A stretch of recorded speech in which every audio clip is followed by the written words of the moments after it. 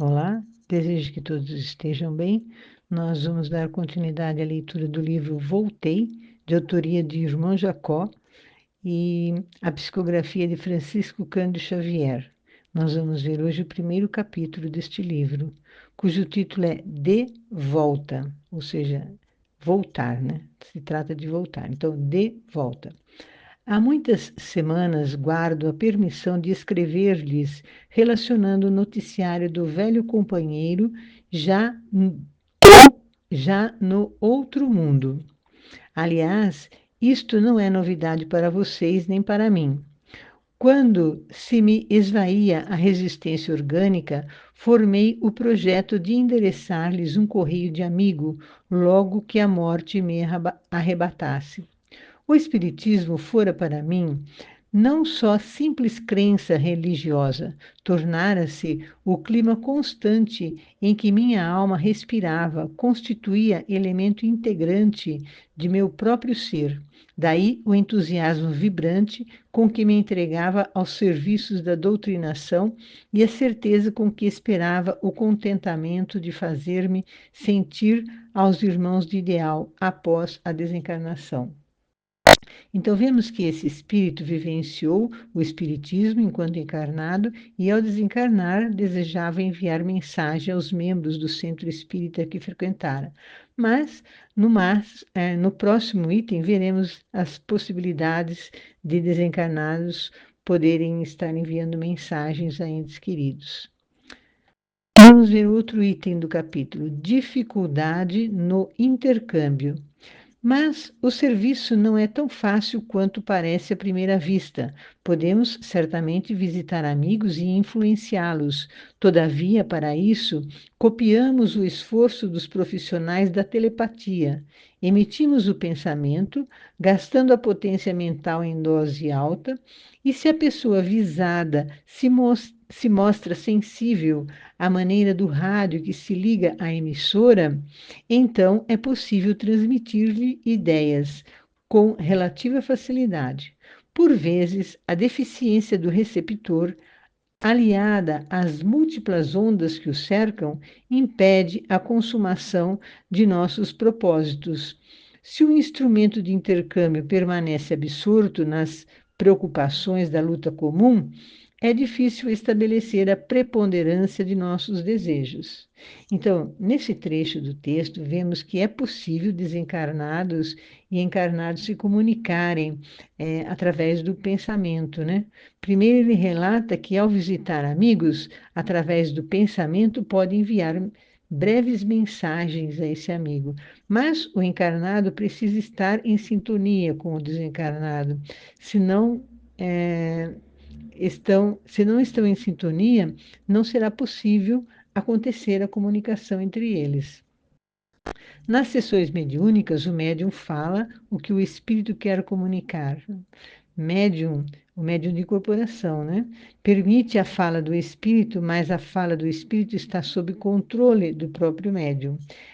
Esse espírito recebe palavras que o auxiliam,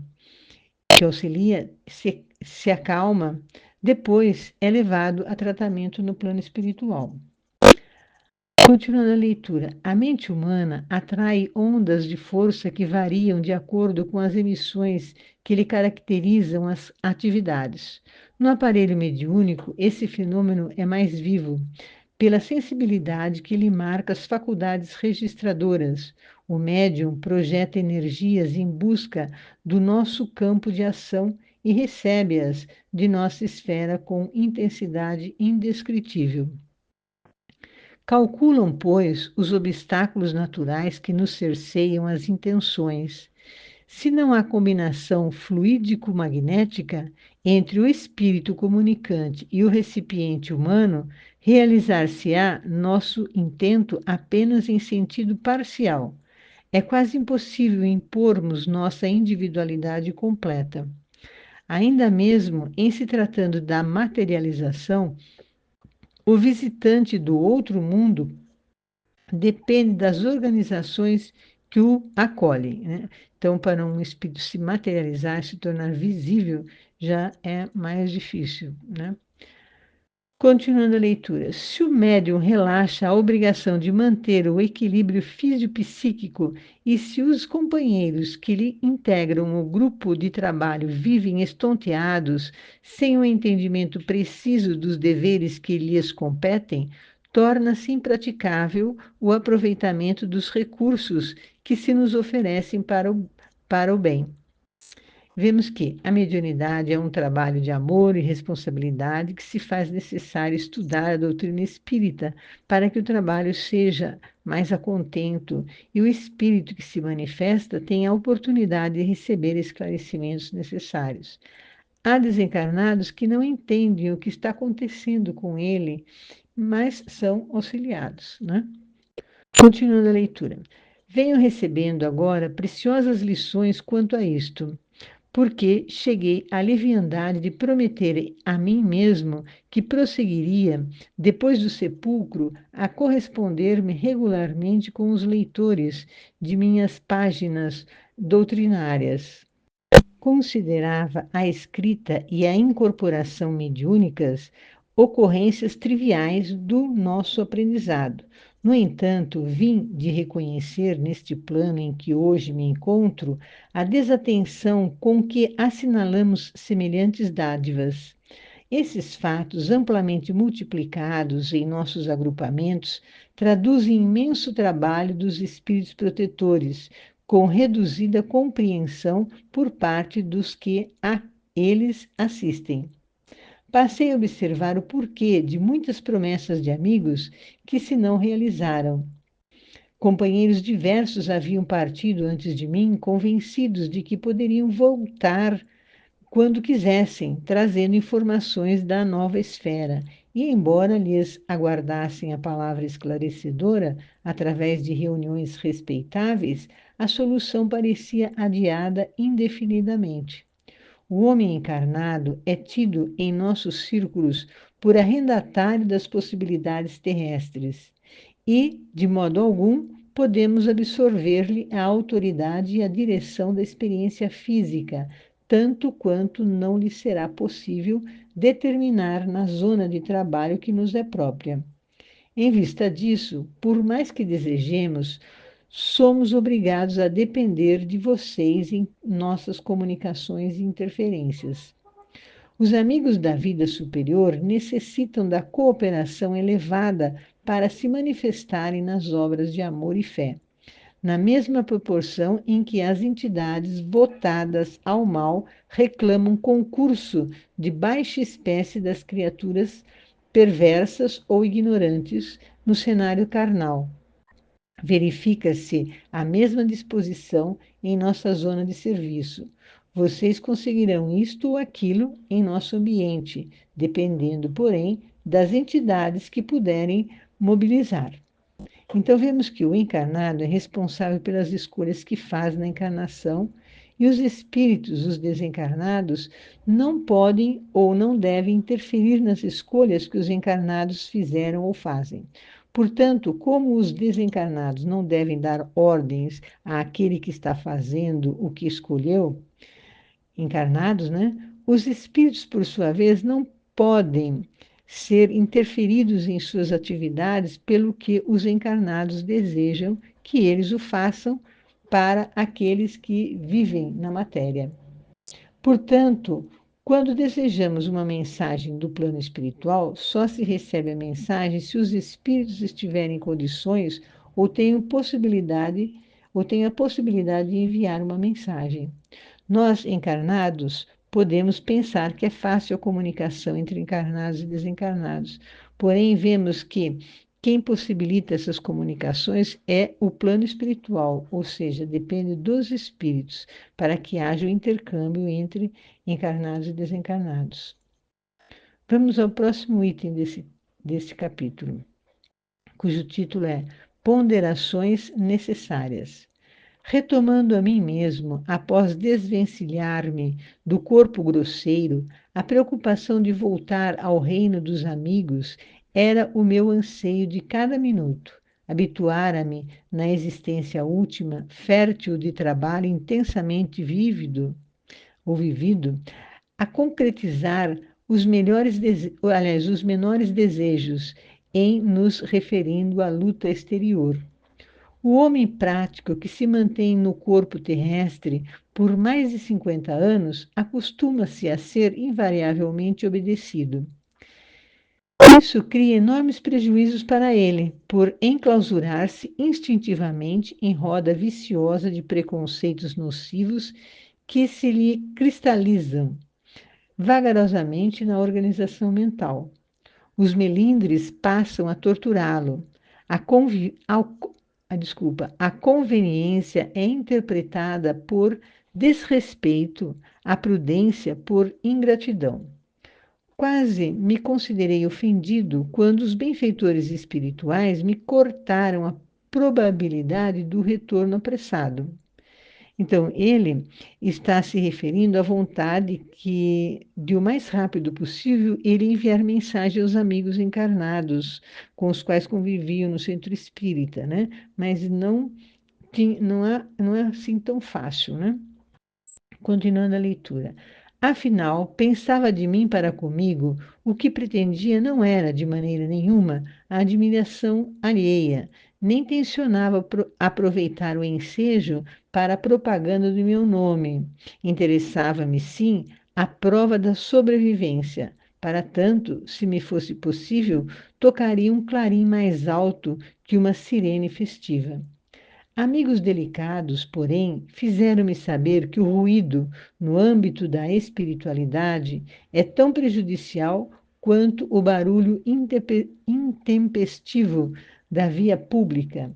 E depois de ouvir longa série de ponderações, a me rearticularem os propósitos desordenados, entendi, graças a Deus, que minhas investidas se filiavam à pura ingenuidade. Então, vemos aqui a vida no plano espiritual, as vivências, a organização, os dirigentes, os diferentes trabalhos e trabalhadores. Aquele que chega na colônia espiritual inicialmente é acolhido e, dependendo das condições, podem estar participando de certas atividades, mas não de todas. O desencarnado pode estar bem no plano espiritual, mas nem sempre está pronto para determinadas vivências. Como enviar uma mensagem ou por desejar fazer uma visita a alguém, tais como familiares, amigos, recordemos uma vivência desse tipo por André Luiz, quando já estava trabalhando em nosso lar. André Luiz, depois do desencarne, ficou um tempo no umbral e depois foi acolhido em nosso lar. E logo que se recuperou, começou a trabalhar em nosso lar. Até que um dia ele teve a oportunidade de visitar seus familiares, né? Foi quando foi possibilitado a ele visitar os familiares. E chegando lá, percebe que ocorreram mudança na família e ele não demorou muito para certificar-se de que a esposa havia se casado com outro médico. Como ele havia aprendido muito em nosso lar sobre o amor e as leis divinas, dá demonstração de compreender que a esposa tem o direito de se casar novamente, até que pediu ajuda a nosso lar para auxiliar o segundo esposo dela, que naquele momento ele estava muito doente. Ele, no primeiro momento, se decepcionou, mas depois refletiu e concluiu que talvez, se ele estivesse encarnado e a esposa desencarnada, talvez ele tomasse a mesma atitude. Então, ele compreendeu, né, o aprendizado no plano espiritual e começou a trabalhar em prol dos entes queridos, né? Vamos ver o outro item do mesmo capítulo, cujo título é Primeiras Visitas. As primeiras visitas que efetuei junto aos núcleos doutrinários verificaram-se justamente no Rio. Minha atual situação, contudo, era muitíssimo diferente. Quando no corpo, identificava somente reduzida região de trabalho, acompanhado de amigos que me conduziam solícitos, reparava agora um mundo novo, de aspecto intraduzível. As casas espíritas, em função de estudo e socorro, eram verdadeiras colmeias de entidades desencarnadas, algumas em serviço de benemerência evangélica, Outras, e em número imenso, vinham à cata de alívio e esclarecimento, a lembrar-nos multidões de acidentados às portas dos hospitais de emergência. O volume das obrigações agigantou-se aos meus olhos. Compreendi então que quanta abnegação temos necessidade a fim de perseverarmos no bem, até ao fim da luta, segundo os ensinamentos de Jesus. Minha primeira impressão foi negativa. No fundo, cheguei a admitir, por alguns instantes, a incapacidade da colaboração humana ante a imensidão do serviço. Todavia, a palavra de companheiros experientes reergueu-me o bom ânimo. Sementes minúsculas produzem toneladas de grãos que abastecem o mundo. Assim também, os germes da boa vontade improvisam atividades heróicas à edificação humana. Essa conclusão tranquilizou-me e tive a alegria de fazer-me notado em vários centros da doutrina, valendo-me da cooperação de alguns médiuns que me interpretaram a personalidade. As oportunidades, porém, não me ofereciam recursos ao noticiário mais completo. Comecei a guerrear meu individualismo gritante e, examinando a respeitabilidade dos interesses alheios, não me senti suficientemente encorajado a interferências que redundassem ao prejuízo do bem geral. Então, vemos nesse relato do Sr. Jacob, observa que o centro espírita no plano dos encarnados tem uma extensão bem menor deste mesmo centro espírita visto do plano espiritual. A sala, por exemplo, da sessão é bem mais ampla no plano espiritual. É um tanto difícil de imaginar, mas os diferentes planos têm suas características.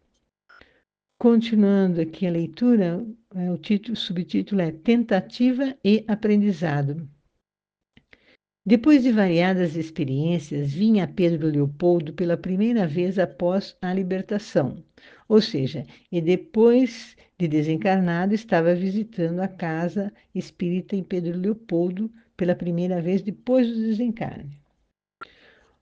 Como se me afigurou diferente o grupo que eu visitara em agosto de 1937, em companhia do meu prezado Watson. Então, ele fez uma observação abaixo do livro, e que ele foi em Pedro Leopoldo, quando encarnado, no ano de 1937, acompanhado de um amigo chamado Watson. Continuando a leitura, a casa humilde estava repleta de gente desencarnada. Os companheiros ao redor da mesa eram poucos. Não excedia de 20 o número de pessoas no recinto. As paredes como que se desmaterializavam, dando lugar a vasto ajuntamento de almas necessitadas que o orientador da casa, com a colaboração de muitos trabalhadores, procurava socorrer com a palavra evangélica. Então, o Sr. Jacob relata que a visão da sala no plano espiritual é maior do que a materializada no nosso plano de encarnados. É uma ocorrência em outros centros espíritas de modo geral. Continuando a leitura. Entrei ladeando 3 irmãos, recebendo abraços acolhedores, notando os cuidados do dirigente, prevendo as particularidades da reunião, recordei os espíritos controladores, a que se referem comumente nossos companheiros da Inglaterra. Estávamos perante equilibrado diretor espiritual. Todas as experiências e realizações na noite permaneciam programadas. Incontáveis fios de substância escura partiam como riscos móveis das entidades perturbadas e sofredoras, tentando atingir os componentes da pequena assembleia de encarnados, mas, sob a supervisão do mentor do grupo, fez-se belo traço de luz em torno do quadro a que vocês se acolhiam, traço esse que atraía as emanações de púmblea cor, extinguindo-as. explicou-me um amigo que as pessoas angustiadas, sem o corpo físico, projetam escuros apelos, filhos da tristeza e da revolta, nas casas de fraternidade cristã, em que se improvisam tarefas de auxílio. Então, esses riscos, né, que ele cita em movimento, em cor escura, são consequências de doenças da alma.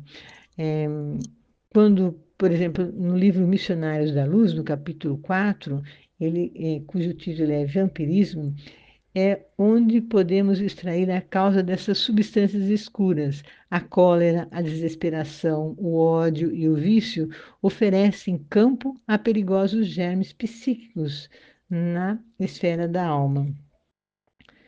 As ações produzem efeitos, os sentimentos geram criações, os pensamentos dão origem a formas e consequências de infinitas expressões. Isto pode ser visto no plano espiritual, pois quando estamos enraivecidos, estaremos emitindo energias negativas que geram dificuldades a outros e a si mesmo. Afinal, tudo que fazemos para o outro, recebemos o retorno, né? Às vezes nem é para o outro, mas pode atingir outro. Mais adiante do texto em que Alexandre estava conversando com André Luiz, nós podemos ler, vamos ler esse pedaço. Se os nossos irmãos, de fato, conseguissem estabelecer sobre si mesmos os desejáveis golpes de disciplina, muito ganhariam em força contra a influenciação dos infelizes que os seguem.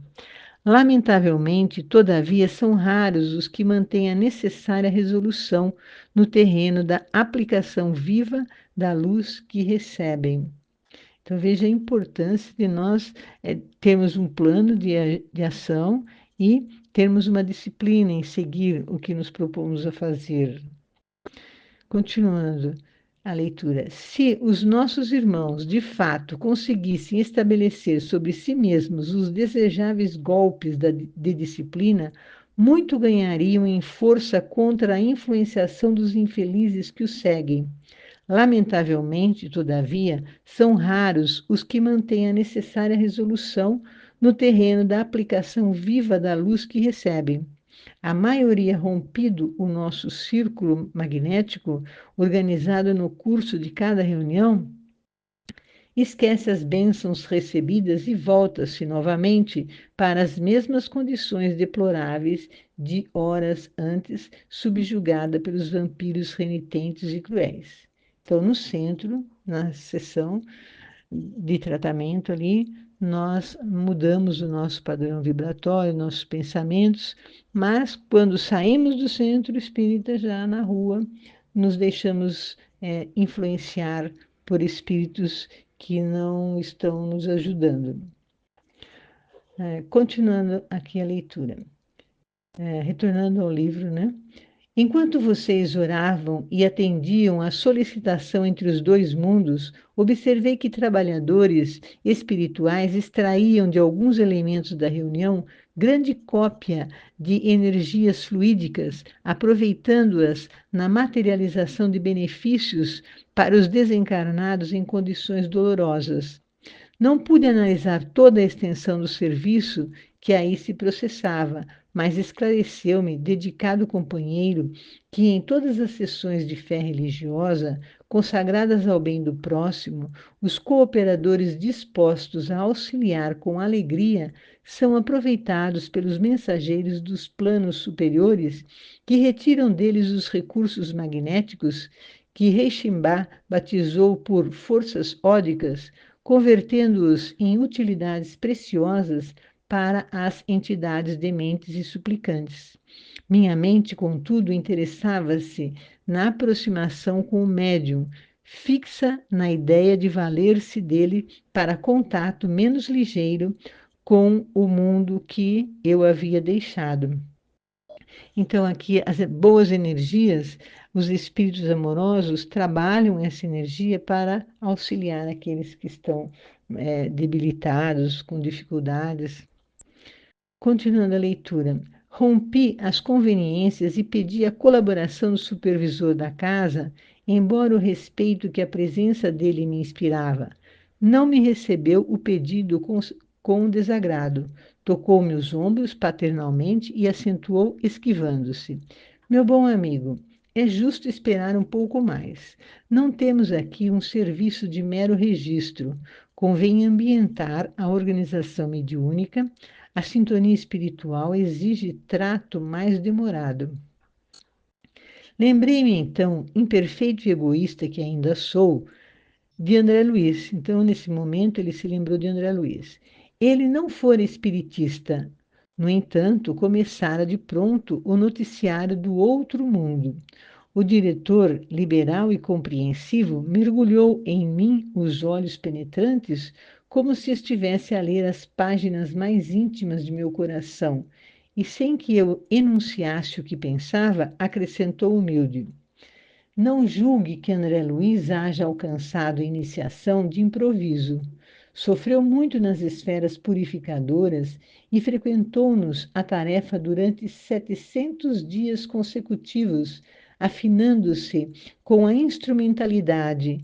Além disto, o esforço dele é impessoal e reflete a cooperação indireta de muitos benfeitores nossos que respiram em esferas mais elevadas. Realmente, o André Luiz passou um tempo no umbral e depois ele passou por um tratamento no hospital da colônia Nosso Lar, né?